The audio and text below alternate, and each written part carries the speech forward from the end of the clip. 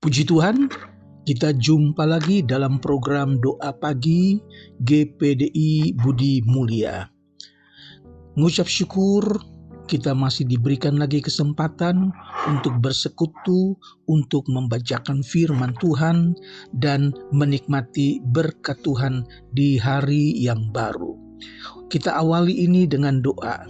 Mari kita berdoa. Bapa di sorga, mengucap syukur buat hari yang Tuhan berkati lagi kepada kami di hari yang baru dengan tubuh yang sehat, dan kami awali hari ini dengan membaca firman Tuhan. Kami akan berdoa bersama-sama dan kami akan menikmati berkat Tuhan. Kami serahkan semuanya ke dalam tangan Tuhan, di dalam nama Tuhan Yesus Kristus. Haleluya. Amin. Puji Tuhan, saya akan bacakan firman Tuhan dalam Kisah Para Rasul pasal yang ketiga, ayat 1 sampai yang ke-10 mengenai Petrus menyembuhkan seorang yang sakit lumpuh. Saya bacakan di ayat 6. Ketika orang lumpuh itu menadahkan tangannya kepada Petrus untuk meminta sesuatu, dan Petrus tahu Petrus tidak punya sesuatu yang akan diberikan. Tetapi ayat yang ke-6, Petrus berkata kepada orang lumpuh itu, tetapi Petrus berkata, emas dan perak tidak ada padaku, tetapi apa yang kupunyai kuberikan kepadamu. Demi nama Yesus Kristus orang Nazaret itu, berjalanlah. Lalu ia memegang tangan kanan orang itu dan membantu dia berdiri. Seketika itu juga kuatlah kaki dan mata kaki orang itu. Ia melonjak berdiri, lalu berjalan kian kemari dan mengikuti mereka ke dalam bait Allah, berjalan dan melompat-lompat serta memuji Allah. Puji Tuhan, sesuatu yang luar biasa terjadi ketika Petrus yang dengan percaya bahwa kuasa Tuhan dapat membuat orang lumpuh itu sembuh. Haleluya, saudara. Kejadian ini terjadi di suatu jam doa di tempat sembayang. Firman Allah katakan, Tuhan hadir di tempat orang-orang berdoa. Matius 18 ayat yang ke-20. Sebab di mana 2 atau 3 orang berkumpul dalam namaku, di situ aku ada di tengah mereka. Haleluya. Di dalam 1 Yohanes pasal yang ke-5 ayat 14 dan 15. Dan inilah keberanian percaya kita kepadanya, yaitu bahwa ia mengabulkan doa kita jikalau kita minta sesuatu kepadanya menurut kehendaknya. Dan jikalau kita tahu bahwa ia mengabulkan apa saja yang kita minta, maka kita juga tahu bahwa kita telah memperoleh segala sesuatu yang telah kita minta kepada Tuhan. Haleluya, saudara. Karena Petrus percaya bahwa ia memiliki kuasa yang dari Tuhan untuk dapat menyembuhkan orang lumpuh itu, maka dengan iman kepada Kristuslah yang menyembuhkan orang lumpuh itu. Haleluya, saudara. Nah, di dalam ayat yang ke-11 Kisah Para Rasul pasal 3, di serambi Salomo terletak di bagian timur bait Allah. Nah, disitulah kesempatan bagi Petrus untuk mulai bersaksi tentang Yesus, saudara. Nah, salah satu tujuan kita dipanggil oleh Allah yaitu untuk menjadi saluran berkat bagi orang lain. Puji Tuhan, saudara. Yang pertama, kita memberi apa yang Tuhan sudah beri kepada kita. Haleluya. Tidak mungkin kita memberi sesuatu yang tidak Tuhan berikan, pasti. Tuhan sudah berikan sesuatu kepada kita dan itu yang kita berikan kepada orang lain. Puji Tuhan, menjadi saluran berkat bukan hanya yang berhubungan dengan uang atau dengan benda-benda berharga lainnya. Saudara, kita lihat di sini Petrus, dia tidak punya uang, tetapi dia punya karunia untuk menyembuhkan, dan itu yang dia gunakan untuk menolong orang lumpuh itu. Nah, kita mulai belajar menjadi saluran berkat dari hal-hal yang kecil. Kita tidak pernah menjadi saluran berkat yang besar jika kita tidak mulai dari hal-hal yang kecil. Injil Lukas pasal yang ke-16 ayat yang ke-10, saudara-saudara. Cara berpikir yang keliru, saudara-saudara, ada beberapa orang yang keliru memikirkan bahwa nanti kalau saya sudah punya banyak uang, baru saya tolong orang lain. Nanti kalau saya punya banyak berkat, baru aku membagikan kepada orang lain. Saudara, ini adalah satu pikiran yang keliru, saudara. Nanti, tetapi tidak kunjung datang apa yang dia harapkan. Contohnya janda Sarfat, seorang janda miskin yang tidak punya apa-apa. Dia ingin mengambil kayu bakar untuk membuat roti yang ada padanya, yaitu segenggam tepung dan sedikit minyak.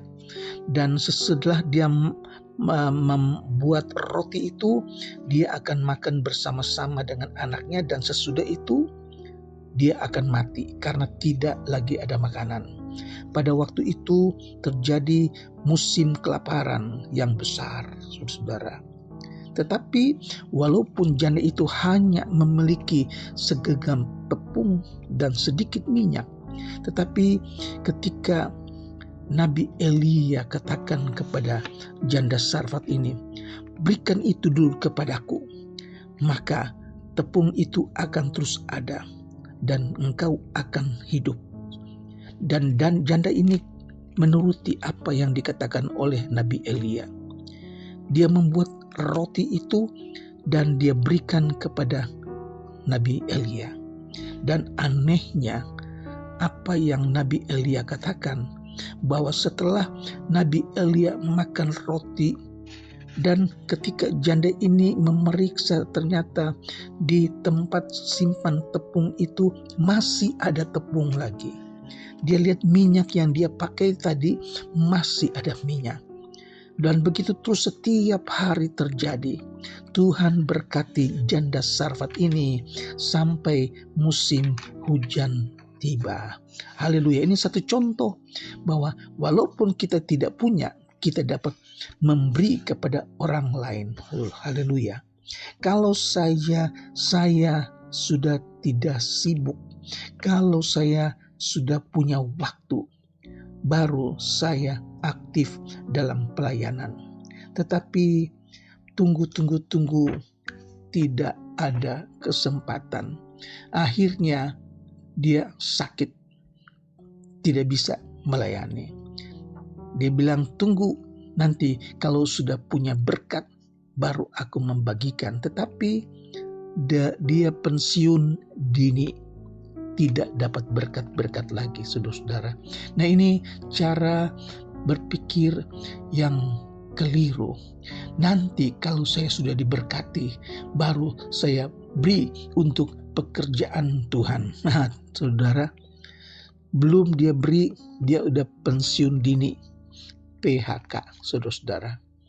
Kita masing-masing mempunyai karunia yang berbeda-beda menurut kasih karunia yang Tuhan berikan kepada kita, saudara-saudara.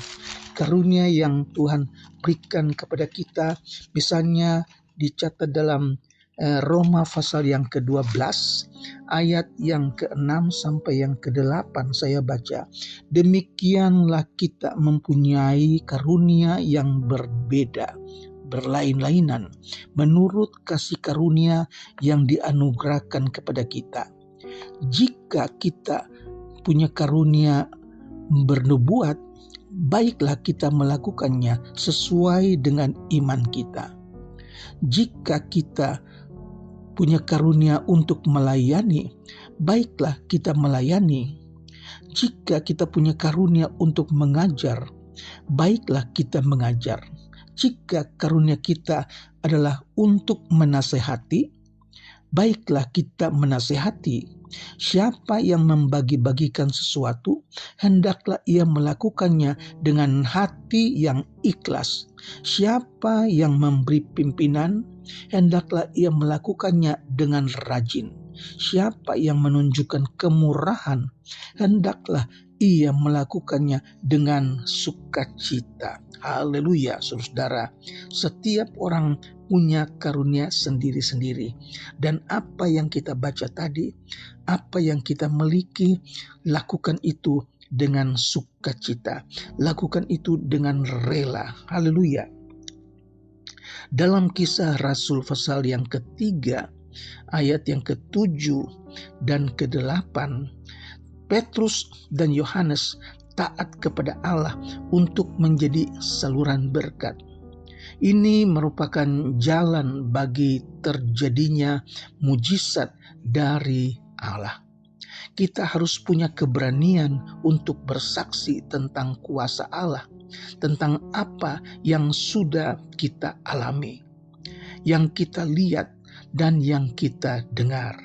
Misalnya dalam Kisah Rasul pasal yang ketiga, ayat yang ke-17 sampai yang ke-19, kita baca di sana, "Hai saudara-saudara, aku tahu bahwa kamu telah berbuat sedemikian karena ketidaktahuan, sama seperti semua pemimpin kamu.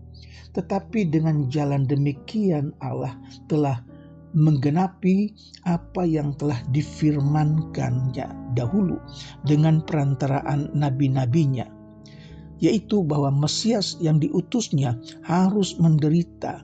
Karena itu sadarlah dan bertobatlah supaya dosamu dihapuskan." Paulus bersaksi, dia berani ceritakan tentang Kristus, dan 5.000 orang bertobat. Catat dalam Kisah 4 ayat 4. Saudara, tetapi ada tantangan buat kita yang menjadi saluran berkat. Misalnya dapat ancaman. Kisah pasal 4 ayat yang pertama, kita lihat mereka mendapat perlakuan yang kasar. Kisah 4 ayat 3. Mereka menderita, mereka ditangkap, dan mereka dipenjara. Saudara, nah bagaimana sikap kita sebagai saluran berkat? Yang pertama, tetap memegang prinsip untuk tetap taat kepada firman Allah. Yang kedua, terus melaksanakan tanggung jawab sebagai saluran berkat. Misalnya dalam pasal 4 ayat yang ke-20, di sana dikatakan bahwa sebab tidak mungkin bagi kami untuk tidak berkata-kata tentang apa yang telah kami lihat dan yang telah kami dengar. Ini adalah tanggung jawab, satu keberanian untuk tetap berani menghadapi ancaman. Yang ketiga, tetap berdoa dan menyerahkan semuanya kepada Allah. Kita baca dalam Kisah pasal 4 ayat yang ke-30 dan ke-31. "Ulurkanlah tanganmu untuk menyembuhkan orang, dan adakanlah tanda-tanda dan mujizat-mujizat oleh nama Yesus, hamba-Mu yang kudus. Dan ketika mereka sedang berdoa, goyanglah tempat mereka berkumpul itu, dan mereka semua penuh dengan Roh Kudus. Lalu mereka memberitakan firman Allah dengan berani." Haleluya. Tetap berdoa, serahkan semuanya itu ke dalam tangan Tuhan, maka Tuhan akan menjadi pembela kita. Puji Tuhan, Tuhan memberkati kita sekalian. Mari kita berdoa. Bapa di sorga, kami mengucap syukur buat firman-Mu datang kepada kami hari ini, membuat kami tetap setia, membuat kami taat untuk menjadi saluran berkat dari apa yang telah Tuhan karuniakan kepada kami. Terima kasih Tuhan, kami berdoa buat jemaat Tuhan, mereka yang sakit, mereka yang berkekurangan, mereka yang dalam pergumulan, Tuhan yang tahu. Mereka yang sakit kami berdoa dalam nama Yesus. Bilur-bilur Yesus menyembuhkan sakit penyakit mereka, baik yang dirawat di rumah sakit, baik yang terbaring lemah di rumah. Tuhan, kami berdoa juga buat jemaat Tuhan yang belum mendapat pekerjaan, atau mungkin mereka sedang di PHK dan sedang mencari pekerjaan. Tuhan, buka jalan, buka rezeki buat rumah tangga mereka. Terpujilah nama-Mu Tuhan Yesus. Kami berdoa untuk pelayanan, pekerjaan Tuhan, hamba-hamba Tuhan di daerah perintisan.